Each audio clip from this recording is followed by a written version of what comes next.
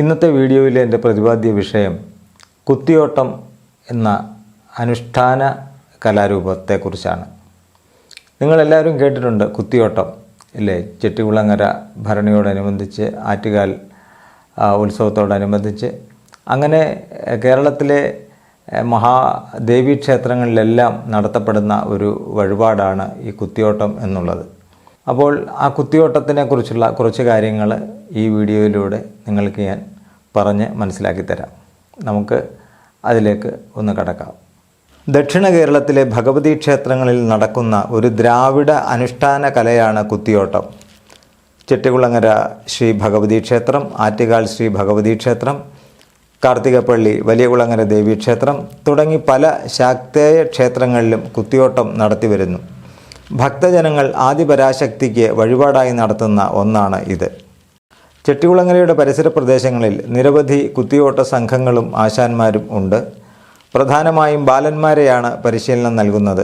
ചിലയിടങ്ങളിൽ പുരുഷന്മാരും കുത്തിയോട്ടത്തിൽ പങ്കെടുക്കാറുണ്ട്. പ്രത്യേക രീതിയിൽ ചിട്ടപ്പെടുത്തിയ പാട്ടുകൾ കുത്തിയോട്ടത്തിന് പാടുന്നു.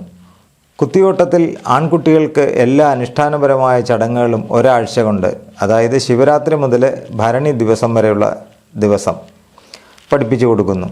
ഈ കാലയളവിൽ കുട്ടി വ്രതാനുഷ്ഠാനം ചെയ്യണം. ഈ 7 ദിവസവും പരിശീലനം നടത്തുന്ന ഗൃഹത്തിൽ വരുന്ന എല്ലാ ആൾക്കാർക്കും സദ്യ ഉണ്ടാകും. പിന്നീട് ക്ഷേത്രത്തിലേക്കുള്ള ഘോഷയാത്ര. അങ്ങനെയാണ് ചെലവ് ലക്ഷങ്ങൾ ഈ വഴിപാടിന് വേണ്ടി വരുന്നത്. കുംഭഭരണി ദിവസം രാവിലെ ചൂരൽ മുറിയലിന് ശേഷം ആൺകുട്ടിയെ ഘോഷയാത്രയായി ക്ഷേത്രത്തിലേക്ക് എഴുന്നള്ളിക്കുന്നു. ബാലന്മാരെ ഒരുക്കി തലയിൽ കിന്നരി വെച്ച തൊപ്പി, മണിമാല, കയ്യിൽ മടുവും കാപ്പും എന്നിവ ധരിപ്പിച്ച ശേഷം ദേഹമാസകലം കളഭം പൂശി തറ്റുടുപ്പിച്ച് അതിനു മുകളിലായി വാഴയില വാട്ടിക്കെട്ടി അരമണി ചാർത്തി ഇരു കൈകളും ശിരസിന് മുകളിൽ ചേർത്ത് പിടിച്ച് കയ്യിൽ പഴുക്കാപ്പാക്ക് തറച്ച കത്തി പിടിപ്പിക്കും. പിന്നീട് കുട്ടികളുടെ അരയിൽ സ്വർണമോ വെള്ളിയോ കൊണ്ട് നിർമ്മിച്ച നൂൽ പുറമേ ചുറ്റുകയോ അല്ലെങ്കിൽ തൊലിക്കുള്ളിൽ കൂടി കൊരുത്ത് കെട്ടുകയോ ചെയ്യുന്നു. ഇതാണ് ചൂരൽ മുറിയൽ എന്ന ചടങ്ങ്. വെഞ്ചാമരം കൊണ്ട് വീശിയും പനിനീർ തളിച്ചും ഘോഷയാത്രയെയാണ് ബാലന്മാരെ ക്ഷേത്രത്തിലേക്ക് കൊണ്ടുവരുന്നത്. ലോഹനൂൽ ഊരിയെടുത്ത് ഭഗവതിക്ക് സമർപ്പിക്കുന്നതോടെ കുത്തിയോട്ടം അവസാനിക്കും. ആറ്റുകാലിൽ ബാലന്മാർ 5 ദിവസം ക്ഷേത്രസന്നിധിയിൽ വ്രതാനുഷ്ഠാനത്തോടെ താമസിക്കുകയും പൊങ്കാല ദിവസം നടത്തുന്ന ചൂരൽ മുറിയലിന് ശേഷം ഘോഷയാത്രയിൽ പങ്കെടുക്കുകയും ചെയ്യുന്നു. ഐശ്വര്യത്തിനും ഉയർച്ചയ്ക്കും വേണ്ടിയാണ് ഈ വഴിപാട് നടത്തുന്നത് എന്നാണ് വിശ്വാസം. മഹിഷാസുരനുമായുള്ള യുദ്ധത്തിൽ ദേവിയുടെ വിജയം ആഘോഷിക്കുന്ന പരാശക്തിയുടെ ഭടന്മാരാണ് കുത്തിയോട്ടക്കാർ എന്നാണ് സങ്കല്പം. വിവിധ കുത്തിയോട്ടങ്ങൾ നിലവിലുണ്ട്. ചെട്ടികുളങ്ങരയിലും ആറ്റുകാൽ ക്ഷേത്രത്തിലും കുത്തിയോട്ടമുണ്ടെങ്കിലും അവ തമ്മിൽ നടത്തിപ്പിൽ വലിയ വൈജാത്യമുണ്ട്. ചെട്ടികുളങ്ങരയിൽ കുത്തിയോട്ടം തികച്ചും വഴിപാടായാണ് നടത്തുന്നത്.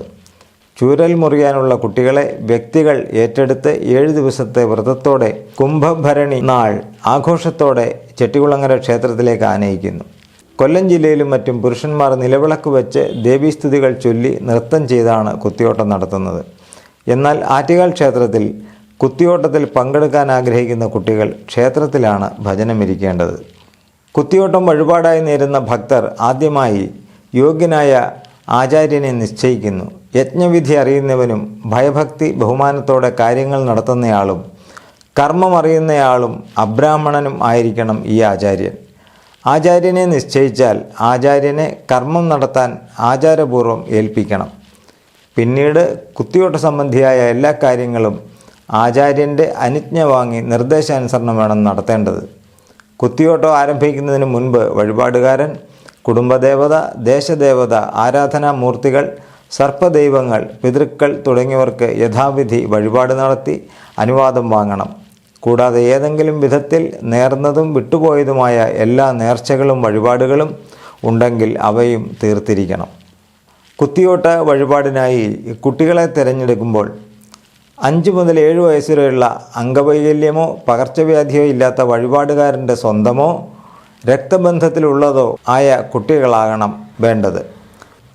വഴിപാടുകാരൻ്റെ കുട്ടികളെയോ ബന്ധുക്കളുടെ കുട്ടികളെയോ കിട്ടാതെ വരികയാണെങ്കിൽ മാത്രം അന്യ കുട്ടികളെ ദത്തെടുക്കാം. ഒരിക്കൽ ചൂരൽ മുറിഞ്ഞ ആളെ ഒരു കാരണവശാലും തിരഞ്ഞെടുത്തുകൂടാ. ശിവരാത്രി നാളിൽ രാവിലെ കുത്തിയോട്ട വഴിപാടുകാരൻ്റെ ഭവനത്തിൽ മാതാപിതാക്കൾ കുട്ടികളെ ഗണപതി ഹോമത്തിൽ പങ്കെടുപ്പിച്ച് ആശാന്മാരും വഴിപാടുകാരുമൊത്ത് ക്ഷേത്രത്തിലെത്തി ക്ഷേത്രക്കുളത്തിൽ സ്നാനം ചെയ്യിച്ച് കുട്ടികളെ ചുവന്ന വസ്ത്രം ധരിപ്പിച്ച് ദേവീദർശനം നടത്തുന്നു. തുടർന്ന് മേൽശാന്തിക്ക് ദക്ഷിണ നൽകി മാല വാങ്ങി കുട്ടികളെ അണിയിക്കുന്നു. കുട്ടികളും വഴിപാടുകാരും ചേർന്ന് ക്ഷേത്രത്തിന് വലം വെച്ച് ഉപദേവതകളെ തൊഴുതുവന്ന് കുട്ടികളെ കൊണ്ട് മാതാപിതാക്കൾക്കും ആശാന്മാർക്കും ദക്ഷിണ നൽകി കുട്ടികളെ സ്വീകരിക്കുന്നു. ഈ ചടങ്ങാണ് ദത്തെടുക്കൽ. കുട്ടികളെയും കൊണ്ട് കെട്ടുകാഴ്ച നിർമ്മാണ സ്ഥാനത്തെത്തി, അതായത് കുതിരമൂട്ടിൽ ദക്ഷിണ സമർപ്പിച്ച് കരനാഥന്മാരോട് തൻ്റെ വഴിപാട് മംഗളകരമാക്കി തരാൻ അപേക്ഷിക്കുന്നു.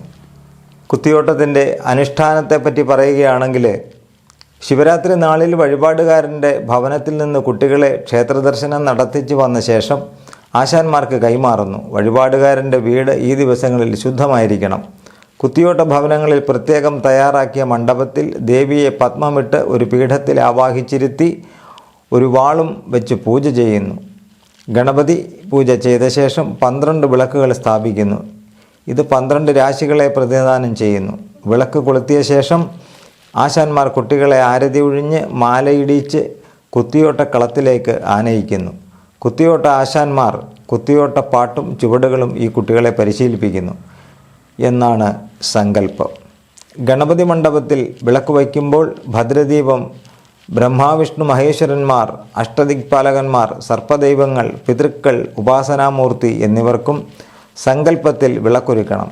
കൂടാതെ നിലത്ത് ചാണകം മെഴുകി അരിപ്പൊടി, കുങ്കുമം, കരിപ്പൊടി, മഞ്ഞൾപ്പൊടി എന്നിവ കൊണ്ട് കളം വരച്ച് അതിന് ചുറ്റും വാഴപ്പോളകൾ വച്ച് കുരുത്തോല മുറിച്ചു കുത്തി കളത്തിൻ്റെ മധ്യഭാഗത്തായി നെല്ല് നിറച്ച് പറവച്ച് അതിൽ തെങ്ങിൻ പൂക്കുല കുത്തി നിർത്തിയാണ് കളമൊരുക്കുന്നത്.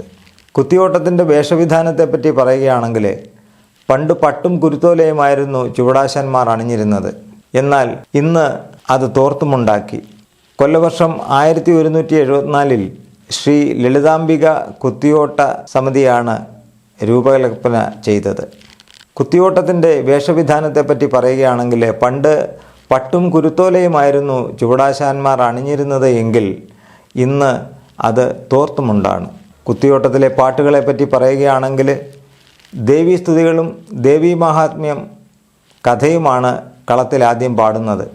കിരാതം, ബാണയുദ്ധം, ദക്ഷയാഗം, കുചേലവൃത്തം, കാളിയമർദ്ദനം, നൈഷധം, ശാകുന്തളം, ദാരികവധം, അയ്യപ്പചരിതം തുടങ്ങി പുരാണകഥകളും കെട്ടുകാഴ്ച വിവരണങ്ങളും കുമ്മിപ്പാട്ടുകളും പാടാറുണ്ട്. കുത്തിയോട്ടത്തിൻ്റെ അവസാന ദിനമായ രേവതി നാളിൽ രാത്രിയിൽ ഭക്തർക്ക് വഴിപാട് സമർപ്പിക്കാൻ ക്ഷണിക്കുന്ന പൊലിവ് പാട്ടുകൾ പാടുന്നു. പിന്നീട് മംഗളം പാടി 7 രാത്രികളിൽ ഭക്തിയിൽ ആറാടിച്ച ചടങ്ങ് അവസാനിപ്പിച്ച് അശ്വതി നാളിൽ കരക്കാർക്ക് സദ്യ നൽകുന്നു. പിന്നീട് കോതുവെട്ടെന്ന ചടങ്ങാണ്. കോതുവെട്ട് എന്നാൽ അശ്വതി നാളിൽ സദ്യയ്ക്ക് ശേഷം സന്ധ്യയ്ക്ക് മുമ്പായി കുത്തിയോട്ട കുട്ടികളെ പച്ചോലമടഞ്ഞ് അതിലിരുത്തി അവരുടെ തലമുടി പ്രത്യേക രീതിയിൽ മുറിക്കുന്ന ചടങ്ങാണ് കോതുവെട്ട്. അതിനുശേഷം കുട്ടിയെ വാഴയിലയിൽ നിർത്തി മഞ്ഞൾ കലക്കിയ വെള്ളത്തിൽ വേപ്പിലയിട്ട് അവരുടെ ദേഹത്ത് ധാര കോരുന്നു. പിന്നീട് ബാലകരെ പാള കൊണ്ടുള്ള പാതുകമണിയിച്ച് മറ്റാരും സ്പർശിക്കാതെ വായ്ക്കുരവയിട്ട് കുത്തിയോട്ട മണ്ഡപത്തിലേക്ക് ആനയിച്ച് അലക്കി വെളുപ്പിച്ച വെള്ളത്തുണിയിൽ ഇരുത്തുന്നു. തുടർന്ന് വഴിപാടുകാരനും ഭക്തരും ചുറ്റുമിരുന്ന് പുലരും വരെ ഭഗവതി സ്തുതികൾ പാടുന്നു.